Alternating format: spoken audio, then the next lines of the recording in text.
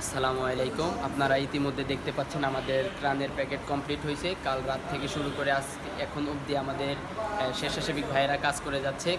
তাদের এত পরিশ্রম, অক্লান্ত পরিশ্রমের মাধ্যমে আমাদের কাজ এখনও মোটামুটি আলহামদুলিল্লাহ সম্পূর্ণ হয়েছে।